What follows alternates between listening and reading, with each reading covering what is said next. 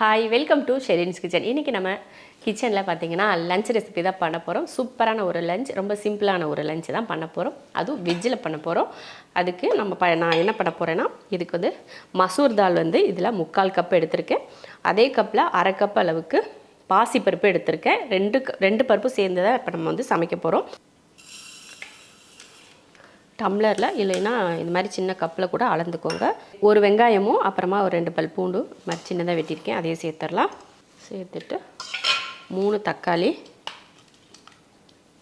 அடுத்து மஞ்சள் தூள், கூடவே ஒரு 1/4 ஸ்பூன் அளவுக்கு மிளகாத்தூள், அடுத்து கொஞ்சம் உப்பு சேர்த்து ஒரு 3 விசில் விட்டு வேக வச்சுக்கலாம். பருப்பு ஒரு பக்கம் வந்து வேக வச்சிட்டோம். சரி, எதுக்கு டைம் வேஸ்ட் பண்ணிவிட்டு அப்படின்னு சொல்லிவிட்டு சரி ஒரு பக்கமாக வந்து நம்ம முட்டைக்கோஸ் பொரியல் பண்ணுறதுக்கு வெட்டி வச்சுருக்கேன். இந்த பாருங்கள், நல்லா ஒரு 300 கிராம் இருக்கும் முட்டைக்கோஸ். அதுக்கு வந்து வெட்டி எடுத்து வச்சுருக்கு, நல்ல பூ போல் வெட்டி எடுத்து வச்சுருக்கேன். கோஸ்லேயே 2 இருக்குது. கல்கோஸு அப்புறமா பூக்கோஸ் அப்படின்னு சொல்லி 2 இருக்குது. அது வந்து இன்னொன்றுனா இப்படி வந்து உருண்டையாக ஒரு கோஸ் இருக்கும் பார்த்திங்களா, அதில் வந்து நல்ல லேயர் இருக்கவே செய்யாது. நம்ம என்ன தான் வெட்டினாலும் அது அப்படியே தடிமனாக வரும். இன்னொன்று கொஞ்சம் சப்பையாக இருக்கும்.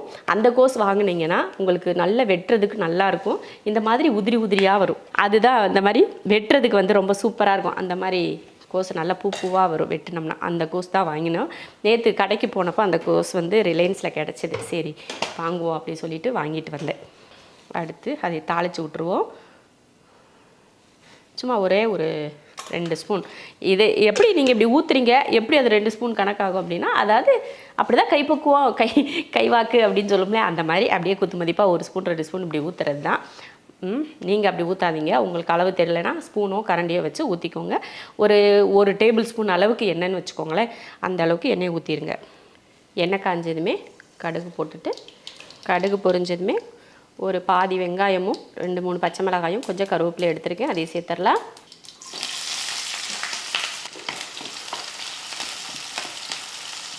வெங்காயம் போட்டுட்டு கொஞ்சம் லைட்டாக வதக்கி விடுவோம். ரொம்ப எல்லாம் வதக்க வேணாம். சும்மா ஒரு 20 செகண்ட் 30 செகண்டுக்கு இந்த மாதிரி வெங்காயத்தையும் பச்சை மிளகாயும் வதக்கி விட்டால் போதும். ரொம்ப நேரம்லாம் வதக்கணும்னு இல்லை. அடுத்ததாக நம்ம வெட்டின முட்டைக்கோஸை போட்டுடலாம். பார்த்திங்களா இவ்வளோ குட்டி குட்டியாக இருக்குது, சூப்பராக இருக்குல்ல, பூ போல். மஞ்சத்தூளும் அதே போல் நிறைய மஞ்சத்தூள்லாம் சேர்க்காதீங்க. அப்படியே லைட்டாக அந்த கோஸ் வந்து கலர் மாறின மாதிரி இருக்கணும், ஆனால் கலராக இருக்கக்கூடாது. அந்த மாதிரி இருந்தால் நல்லாயிருக்கும். அடுத்து உப்பு சேர்த்துருவோம். உப்பு சேர்த்துட்டு நம்ம கையில் இந்த மாதிரி ஒரு கையளவுக்கு தண்ணி, அவ்வளோதான். அதுக்கு மேலே சேர்க்கக்கூடாது.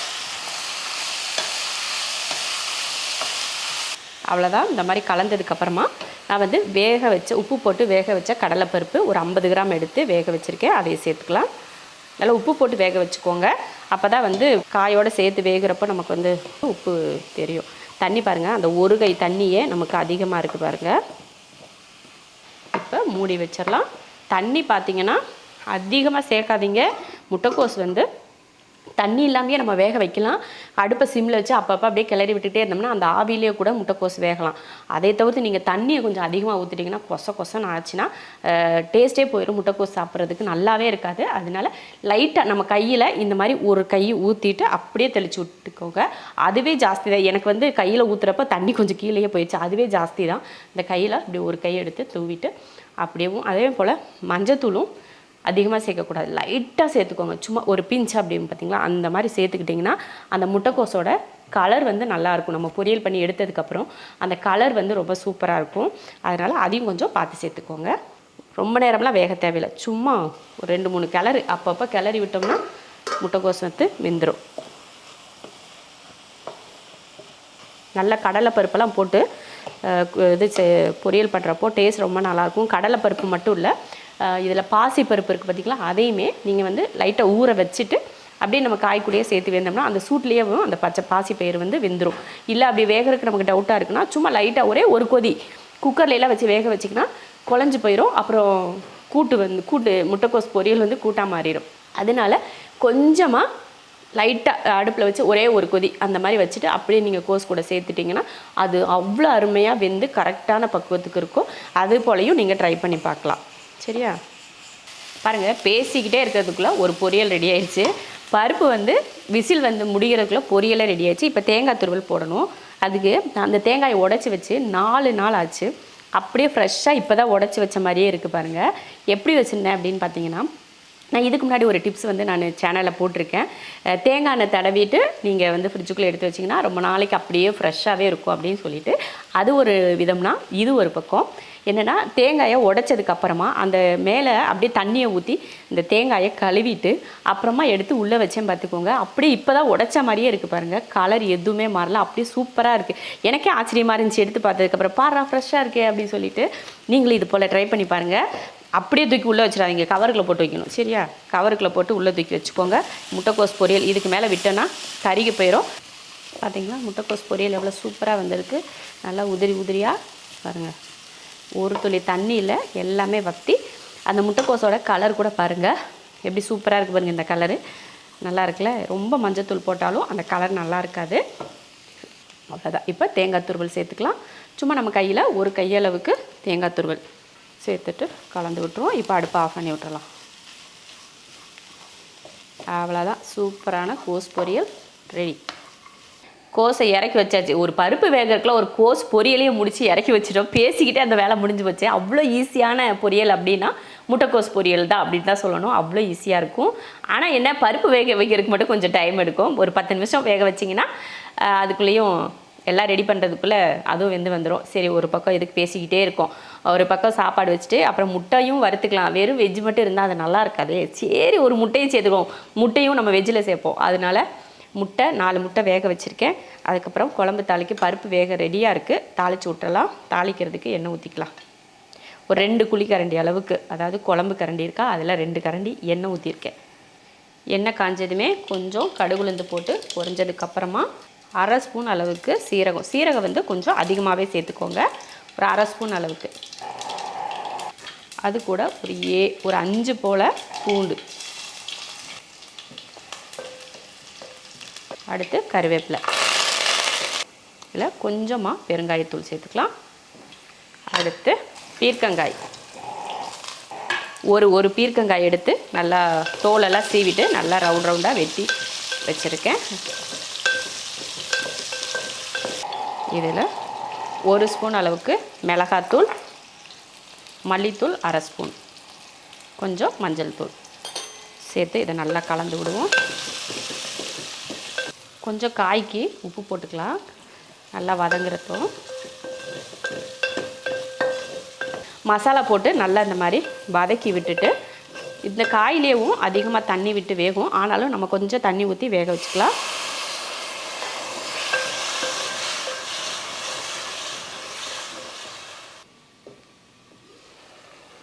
காய் வந்து நல்லா வெந்துருச்சு. ஒரு 3லேருந்து ஒரு 4 நிமிஷத்துக்கு நல்லா வேக வச்சுருந்தோம். நல்லா வெந்துருச்சு. இப்போ இந்த டைமில் பருப்பு சேர்த்துடலாம். பாருங்கள், பருப்பு வந்து சூப்பராக வெந்திருக்கு பாருங்கள். லைட்டாக இந்த மாதிரி கலந்து விட்டால் போதும். ரொம்ப எல்லாம் பருப்பு மத்து வச்சு வந்து கலர வேணாம். இந்த மாதிரி கரண்டியை வச்சு லைட்டாக இந்த மாதிரி கலந்தால் போதும்.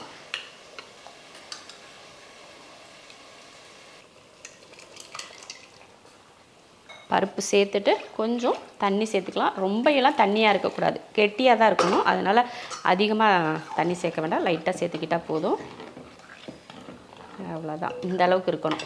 பார்த்திங்களா? ரொம்ப நேரம்லாம் நம்ம கொதிக்க வைக்க வேணாம். லைட்டாக கொஞ்சம் ஒரு 2 கொதி விட்டு ஆஃப் பண்ணிக்கிட்டாலே போதும். அடுத்து தேவையான உப்பு போட்டு ஒரு 2 நிமிஷத்துக்கு நல்லா கொதிக்க விட்டு இறக்கிக்கலாம். ஒரு 2 நிமிஷம் கொதிக்கட்டும்.